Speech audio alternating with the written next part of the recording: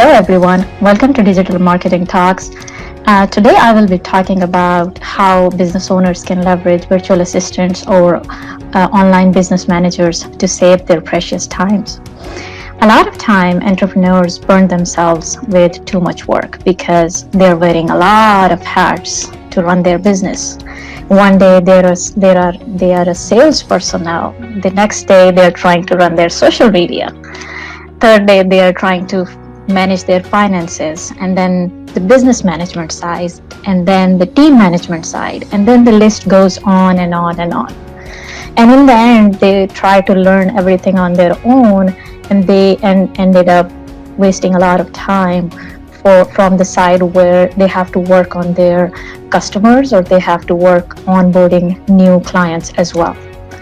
So if you're a business owner who is spending more time running their business than growing, then chances are that you need management level support or you need an online business manager to help you going forward.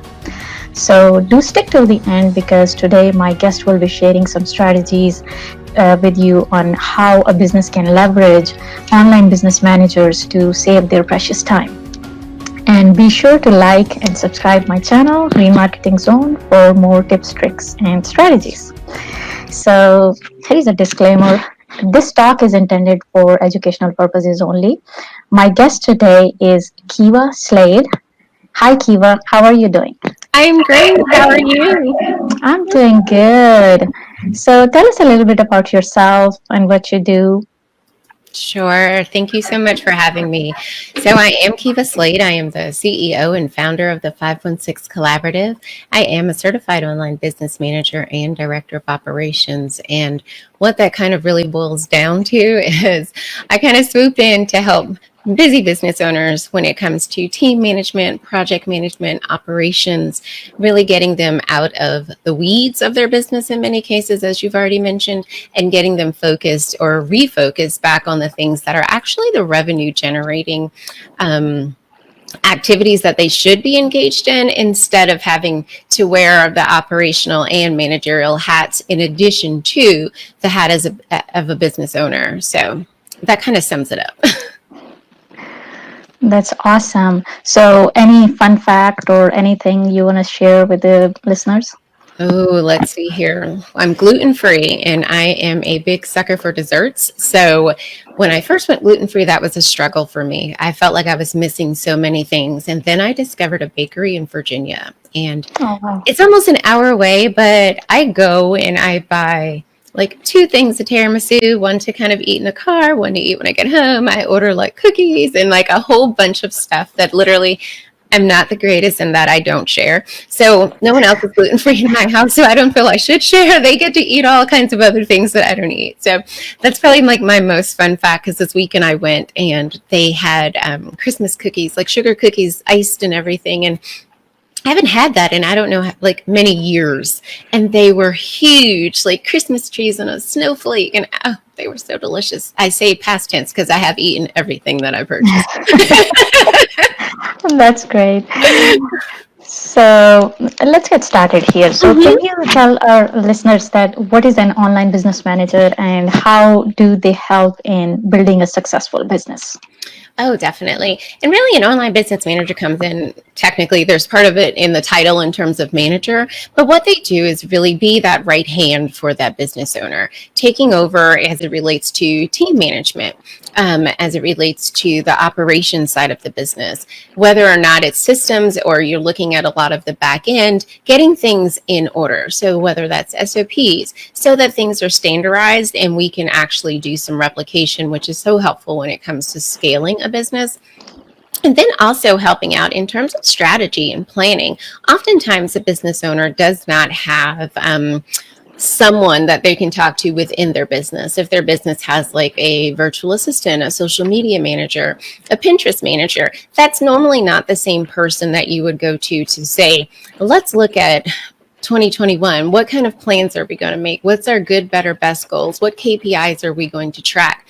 So when it comes to that kinds of things, that's where an OBM comes in and really helps that business owner and guides them through that, because a lot of times we aren't always tracking good metrics, or we may not even know which metrics to track in our businesses.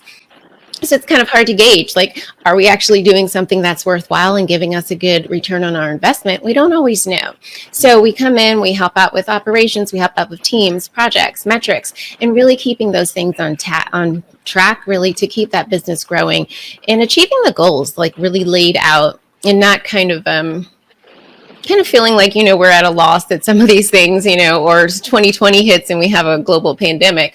But when you have actual plans in place, it helps gives you that decision support that you need. Say, let's go back. What did we say we were going to do? What are our quarterly rocks? Where are we going this particular quarter, month, year, as it relates to getting to our goals? So that's really the role we serve in most businesses.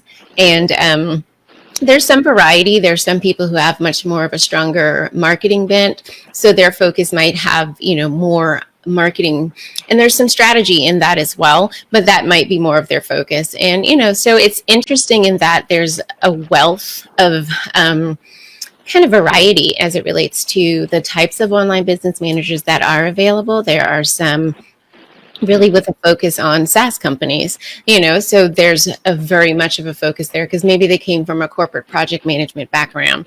So there's a lot of variety, and it's really about figuring out, like, what do you need? But it's also so important from the business owner standpoint to be ready for that level of help, because it's many cases our businesses are like our children, in some people's cases their first child.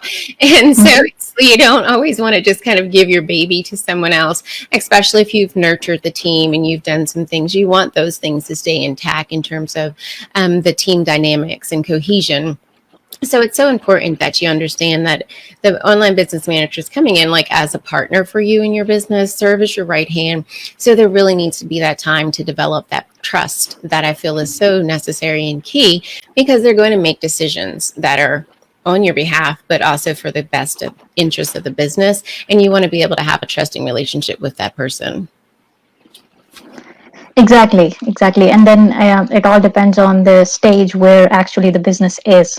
Because, of course, definitely if you are a startup or if you're just starting, then, of course, the type of help that you need is going to be very different than if you have already established your business and you're just trying to grow, right? Right, definitely. And it's so important to also think in terms of that, because for many people, you might hear that term online business manager and someone else has one, but really take the time to weigh that. Is that something that you need right now, though? Maybe you need an online business manager in a consulting phase where it's, I'm not ready to bring this person on full time, but because of the knowledge and information that they have, they can guide me to where I'm trying to go. Typically, a good place is at least 15 to 20K a month when it comes to your business before you should even really think about an online business manager. And if we're honest, even then it could really be in a consulting basis, because you can almost grow with a VA and maybe also a tech VA, but a small staff, you can almost grow in some businesses that are especially online based to at least 300,000 without having a need for someone else to come in and take on the management roles if you've parsed things out previously. So I think sometimes what happens is people have grown quickly, and then it's become very overwhelming. And so they know that in order to get to that next level, they really do need to get out of the way, because as you shared in the beginning, a lot of time was spent kind of bootstrapping everything together. So, but yeah, your help would definitely look different if you're at that beginning stage. And it might be that you need someone like a virtual assistant to come on to help keep you out of the weeds. But, also that understanding that you both are kind of growing some things into process. And that helps create a good, solid foundation, though, for later on. Awesome. So we have a question here. How affordable is it for any business that is just starting to hire an online business manager? Yeah, it's again kind of like, it's not that, I don't think it's always that good, because it's just not something that you're at a point of growth that you need. And it's, I think if we look at the numbers, say, for example, everyone says, oh, I want five-figure months. So if we take that $10,000, okay, so you've hit 10K, you want to pay yourself. Okay, so profit first, we all should be making sure we're paying ourselves. So, for example, and math isn't always going to be my strong point, so let's get out the calculator. But say you pay yourself 40,000, I mean 40%. So if we multiply that, so we're already down to $6,000. Okay, taxes are maybe, let's say, 25%. Depending on your tax rate, and that is $2,500.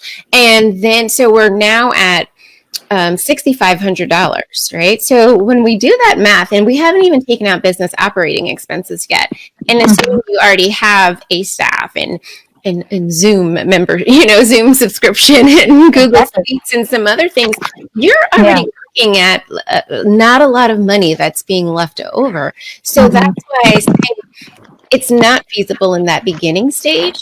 It's when that revenue is consistent, that consistent 15, 18, 20, 25, 30K months that you're saying, now is the time that I need to bring in an online business manager in terms of actual management of my business.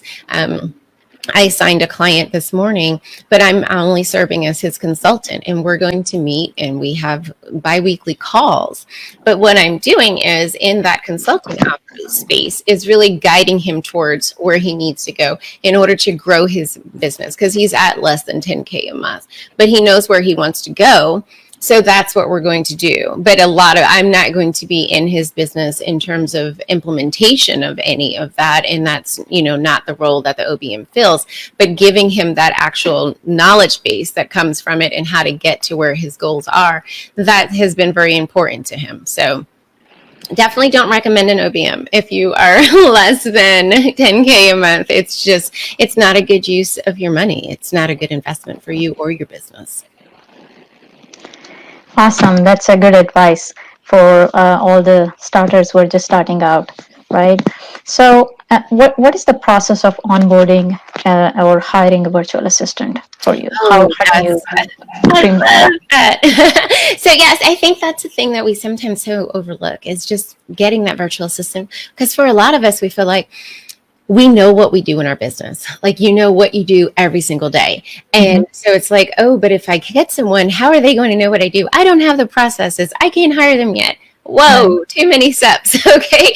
So one of the first things is literally stuff that's so simple. Using Loom or Vidyard. Record yourself doing the things that you do that are repeatable things. Okay. If you go in every day and this is how you check your Facebook group, this is how you post on LinkedIn, this is how these are the hashtags you use. Like, create a document. My hashtags, okay? Just keep them handy. Copy and paste them from your post to the document so they're kind of there. Do these videos. Just save them. That's all you have to do for right now. And then really sit yourself down and say, if we were to take a piece of paper, fold it into 3 columns and think about all the things that you do in your business. Okay. And I want you to think about what needs to be trashed, what needs to be trimmed, and what you could transfer.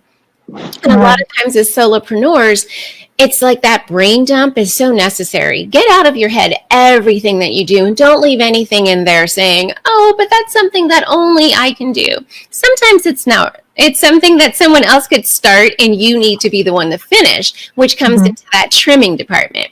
So really just brain dump all the things that you do and really think about it. What things are you doing that you absolutely should not do? Okay, in your business, what things are you doing that you could transfer to someone else? Do you need to make all of your social media graphics? No. You need to do, there's so many things that we do that we're like, oh my gosh, I'm not even really good at this. I just okay at it. But it's like, this is what I'm doing. All right. And then think about those things that you could trim. Once again, where someone else can start it and then you can finish it, or you start it and then you can give it to them for the completion of it. And really think through those. And once you get some clarity on that, that helps with that job description.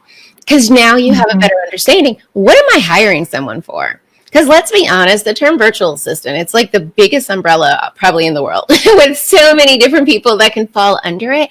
But when we sit there and we think through that, we can now narrowly define what it is that we need for our business. Okay. Because it might be that you're actually pretty doggone good in Canva and you're like, I can still do this part and I'm really good at it and I know what my aesthetic is. So I don't want to give this to someone just yet.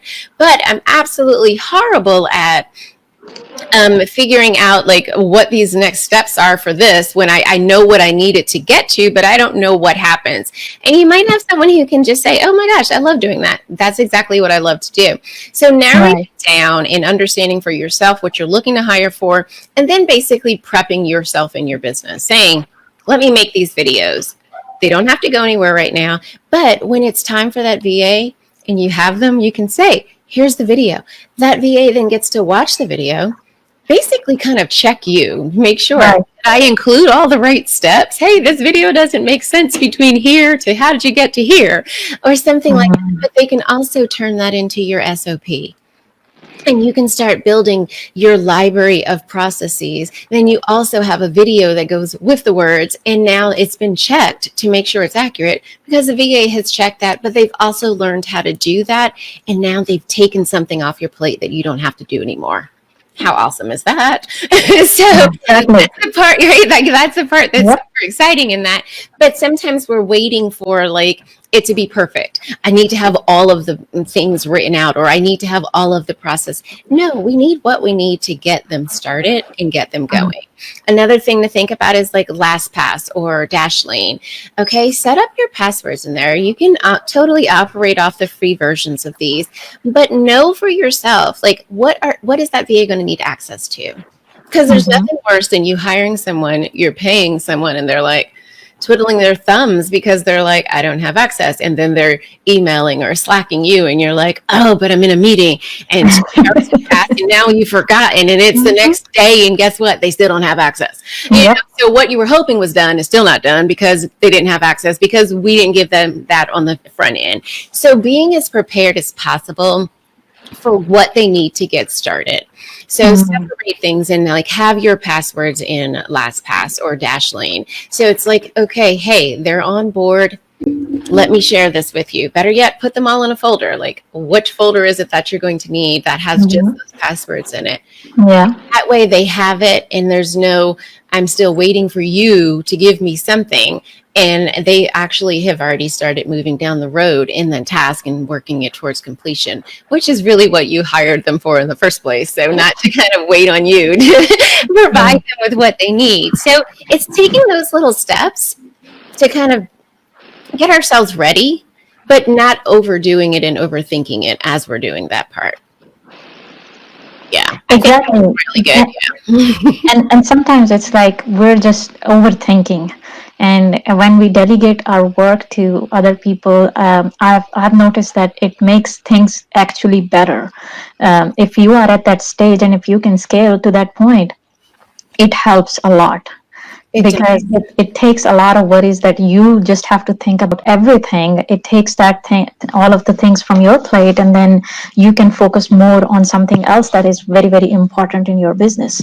So absolutely, it helps you close the tabs. You know, like if we think about our browsers, it helps you close the tabs that like you've given it to someone else and they're now doing it. And that frees up brain space for you. Because most of us we're thinkers. We're thinking of like, how do I make this next content piece? Or what is the next step that I'm going to do in my business? And you can't think if you have all of those things crowding in your head. So it is so helpful to be able to parse those out. And I'm reminded of something Brene Brown talks about in Dare to Lead. It's called Paint It Done. You know, also that's so important is like when you're working with that virtual assistant, let them know, like, you know, like so many times we don't really onboard people the right way. Okay. Let them know what's your mission for your company. What's your vision? What are your values? Let them be a part of that. When you feel connected to something, it makes things go a lot better. People feel more responsible for the things that are actually taking place. So onboard that new VA so that they understand their role in this and how important it is. And then in that process, when it comes time to have those tasks, like it doesn't need to be every single task you have to say, this is where this is going. But for those things that they have a small part or like their part is really important in getting it to completion, really paint done for them. What does that look like? Hey, I need you to make these, graphics in Canva because they are part of our next social media campaign where we are trying to do X, Y, and Z. Okay. They understand like what the end game is, and that will probably give them a bit more information, a bit more involvement in that. So it's not just I'm making the graphics. I know what these graphics are going to be used for, and that it helps. And I know my VA has said this to me. She's like, I love to know, like, what exactly is this? So it's not just some random, seemingly insignificant thing. It's like, oh, this is a part of this. And that's what we're using to do this. And that really does help just frame their mind as to where they're going with that project. And it's not just busy work, so to speak, but it's something that's really important to you, the business, and this is how it fits in. Exactly. And I think like here, communication is also a very, like you were explaining it. You have to clearly explain what actually you are trying to get done for, and what is the agenda, what do you want to accomplish after doing some activity that you want the VA to do or the online business manager to do. So having a clear communication path is very, very important here. Most definitely. And very in lines of that communication. So, what role strategic planning plays in managing a successful business when you're trying to be it you're in a very early stage of your business, or if you're just trying to grow your business? How much do you think planning or strategic planning plays a role in? Yeah, I think it plays a major role because it is very important to know where are we going, but I think it's also helpful to know kind of like where have we been. And I think when we think back to 2020, I mean, it's December, we have all built a level of resilience that we had never thought we would need in life. But we can all pat ourselves on the back because we did it. But let's think about that and what we've learned looking ahead to 2021. The reality for most of us is that the world is not going to just instantaneously go back to the way that it was. And we've learned some really invaluable, valuable lessons, as to how we are able to pivot, how we're able to kind of adjust our sails, so to speak, so that we still were able to be thriving in this particular environment that we found ourselves. So when we think about strategic planning and its role, one of the things I do with clients, it's like a decision-making, kind of support. And that's what your strategic plan provides for you. So when you come up at the end of the first quarter of 2021 and you're like, okay, this is what I've done. Where am I going again? What has happened? That strategic plan that you've laid out, that hopefully you've like worked with someone or you've scheduled out yourself, it really gives you that decision-making support that you need. And it helps really kind of, for those of us who have had little kids and have taken them bowling, the little bumper guards that they put up so their balls don't go in the gutter. That's like your strategic plan. It keeps you from the shiny object syndromes, which is the gutters. Okay. There's so many things out there. It's like, oh, this program, oh, this software, oh, there's everything that keeps you distracted. But if you take the time to actually do planning, to actually set aside that time and say, this is Q1, these are my goals, Q2, Q3, Q4, and realizing Q3 and 4 shouldn't be as firmly held as Q1 and 2 because of the simple fact that most of us are in online businesses and we do need to account for some level of ebb and flow. But having a direction that we're going and taking the time to actually articulate that and write it down and think through what that's going to do. When we get to those shiny objects that come and someone's like, oh, have you heard about this? And you're like, oh, that sounds super exciting. You run up against your little bumper guard on the side and say, oh, let me look at my plan. Sorry, I can say no to that.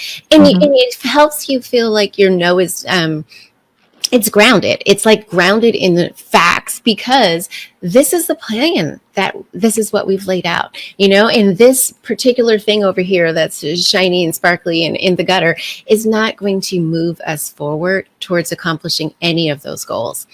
Okay. So I love to think that strategic planning, it gives you clarity, it gives you a direction, and it gives you a plan.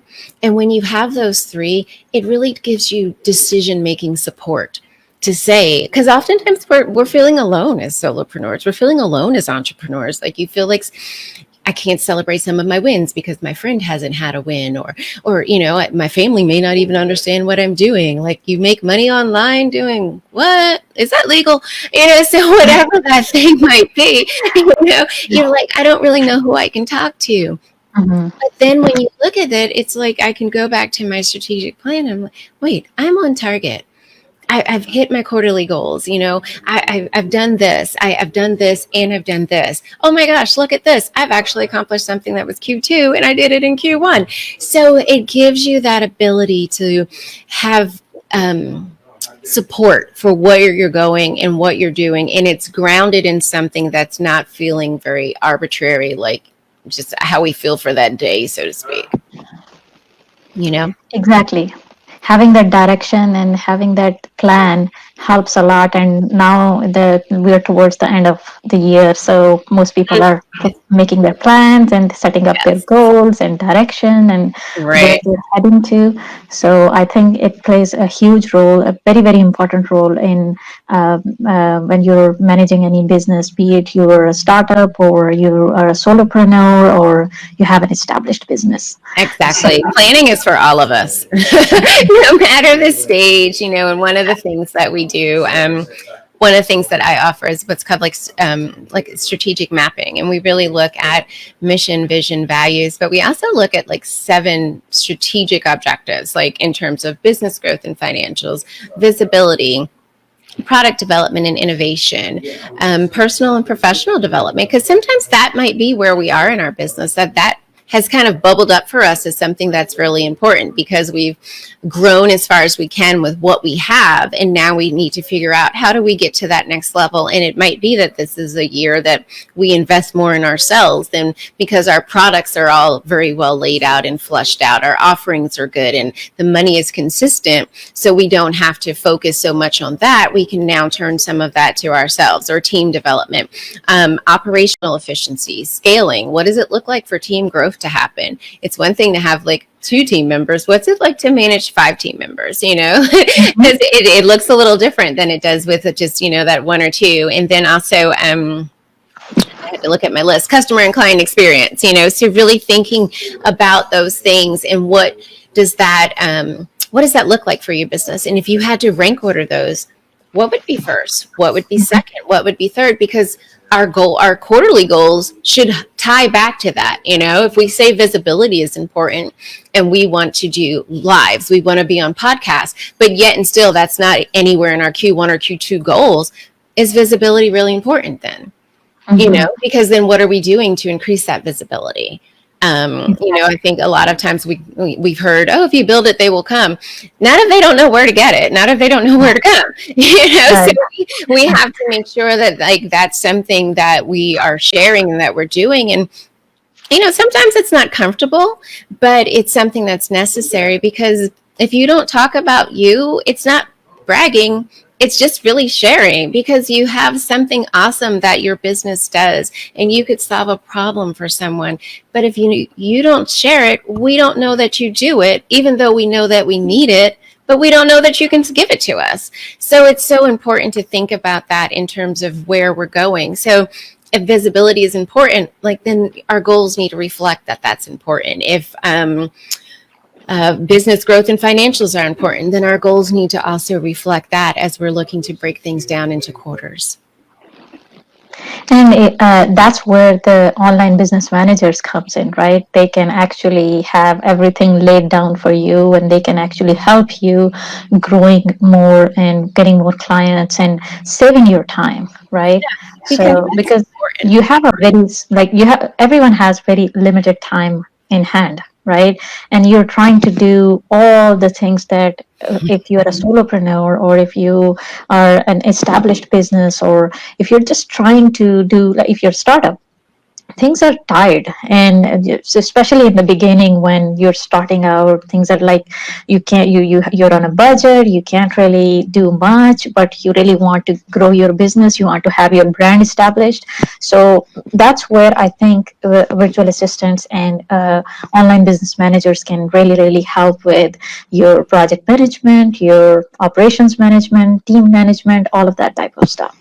Absolutely. I mean, I have a client now who's she's been in business since 2011, and I just recently came on her team in October. But I came on as an online business manager. But honestly, the work that we've done by setting up quarterly rocks for her, like Gino Wickman talks about in Traction, we have a date of December 18th, and so many things have moved forward that previously had stalled. They had someone who used to manage like their Asana to keep things moving, and then that person left, so Asana kind of became like a graveyard. So everything was in Slack, and Slack is, it's a communication tool, guys, but it is not project management. All And right. so things just kind of got, what's getting done? Oh, I don't know. Happy Friday, but now it was, no, we put these dates in, and whatever project management tool you're using, ClickUp, Asana, Trello, if there's no person and there's no date, it's just an idea. Okay. And no one has any responsibility for it. So we changed so much of that. And for the first time since 2011, her business has never closed the doors for Christmas break, holiday break. December 22nd to 27th, complete shutdown. No one's going to be available. No one's going to be answering phones. Autoresponder is on for emails. No one's checking into any of the membership sites. That's what's going to be shared. And this is what has been able to happen in her business. And we have a team of 5 people. And that's like, it feels so freeing for her. For me to come in and I lead the team meetings. Like, she's like, I get to just show up. I'm like, yeah. And, she says what she says as the CEO, but then I'm leading that meeting, and that feels freeing for her. And so it's that ability, though, now that she has space, once again, to really say, okay, this is where we're going, and this is how we're going to get there. And we have already started working on that 2021 plan. A lot of things were kind of in place, but now we're refining a lot of that. And it's been absolutely, as she has said, it's like our meetings about that have been clarifying.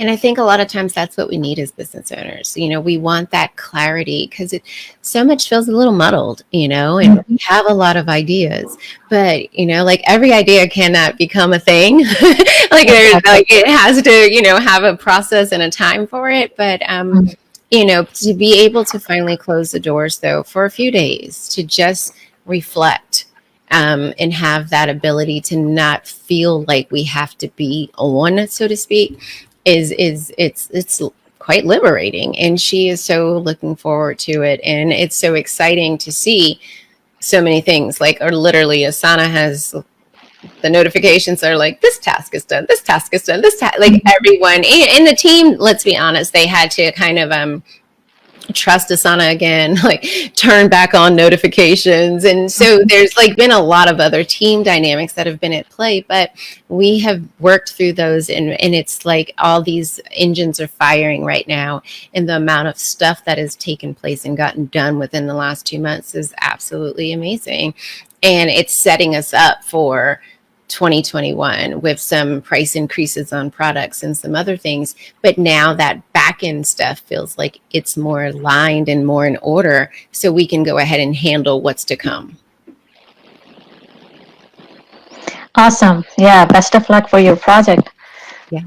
I'm so happy that she's taking some time off, because usually that's what happens with most entrepreneurs, that they don't take time off, and they get a lot of work. They just want to get work done, and that's where they actually are not able to do, or are not able to function properly, because they're trying to do so many things on their own. Yeah. So that's awesome. So, what tools do you use to manage your VAs, or when you're working with a client? What type of tools do you use to do project management, or team management, or Yeah. operations management? For most of my clients, they're already in Asana, but any clients that are not, I actually use ClickUp, and that's what I use in my business. So I will onboard them into ClickUp if they don't already have a project management tool. So I have 2 clients that are there, and then another 2 that are already in Asana, and they've already had those established. But, we come in and make sure that, everything kind of makes sense. Because a lot of times, some of our project management tools, a lot of us, we need like a parking lot area where there's like all those great ideas we have but aren't really projects can live until we can move them into their necessary spots. But yeah, those are primarily the tools that I use. I find that they are a lot more robust when it comes to project management, but there's other things, of course, like teamwork. There's Infusionsoft, when your business, I feel, has grown even larger than some of the businesses that, might be listening right now.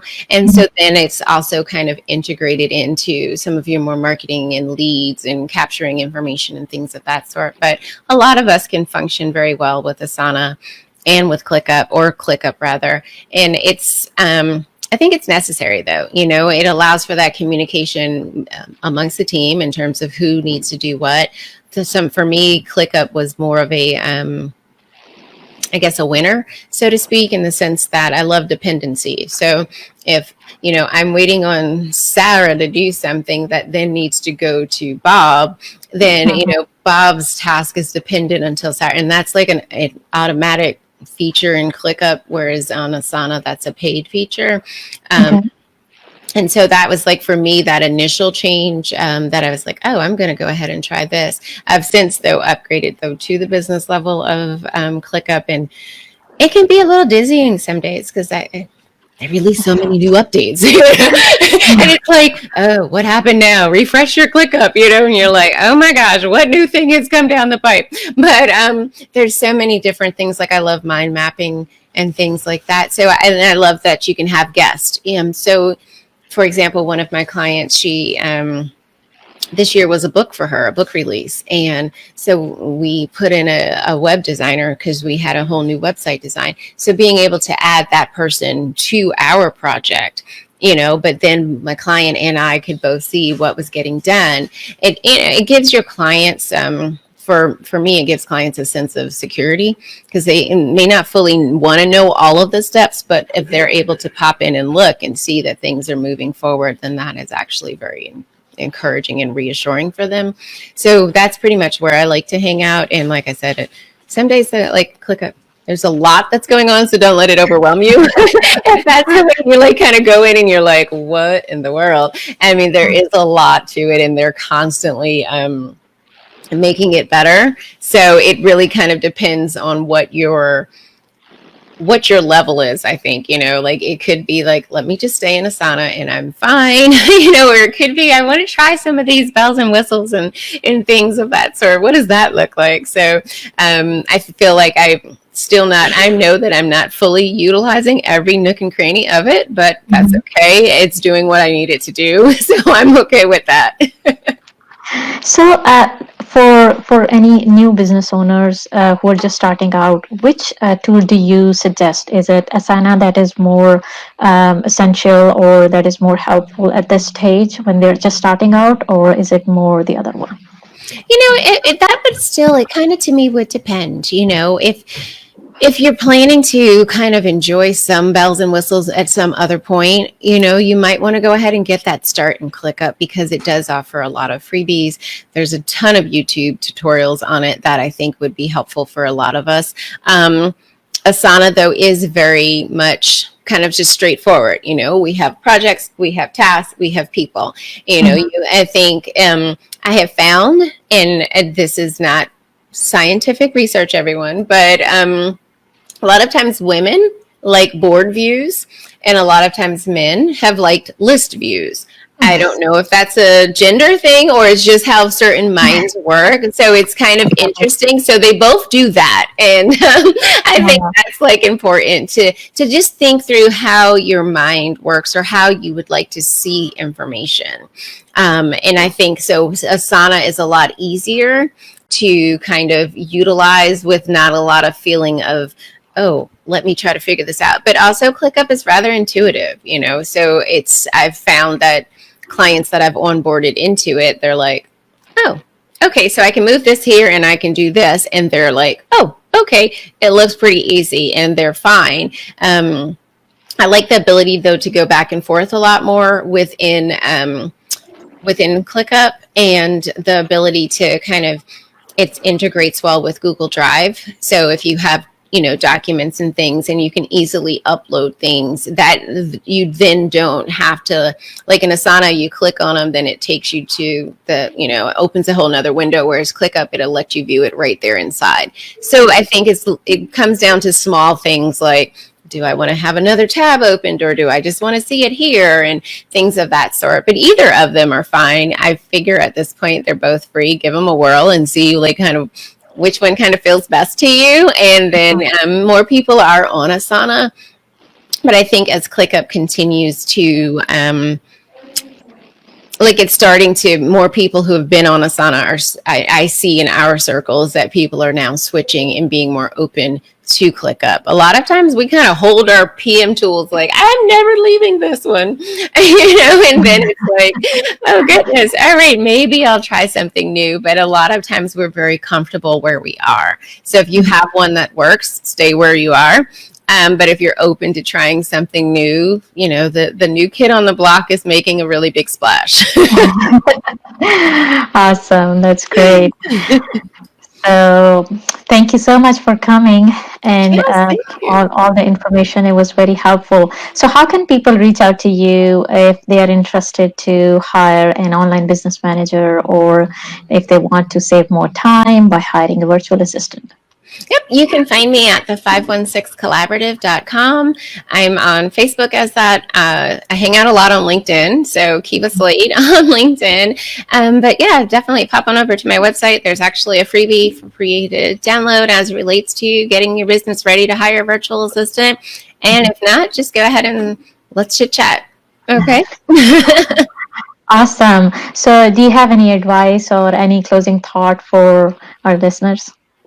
Yes, I do. One thing that we touched on was that ability to have that time to think. I mentioned earlier Gino Wickman's book, Traction. He calls those clarity breaks. Okay, so I don't care what level of business you're at.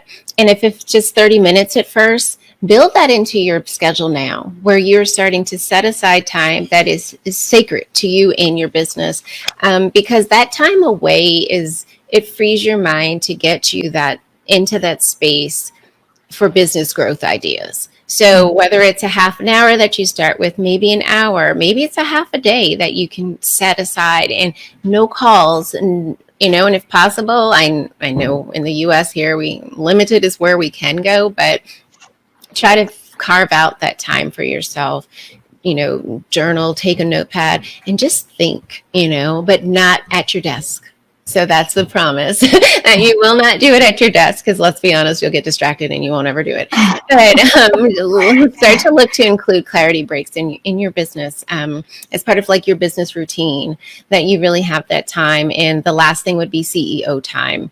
I think a lot of times, like, we don't always, especially for solopreneurs, we don't see ourselves as the CEO, and you really are.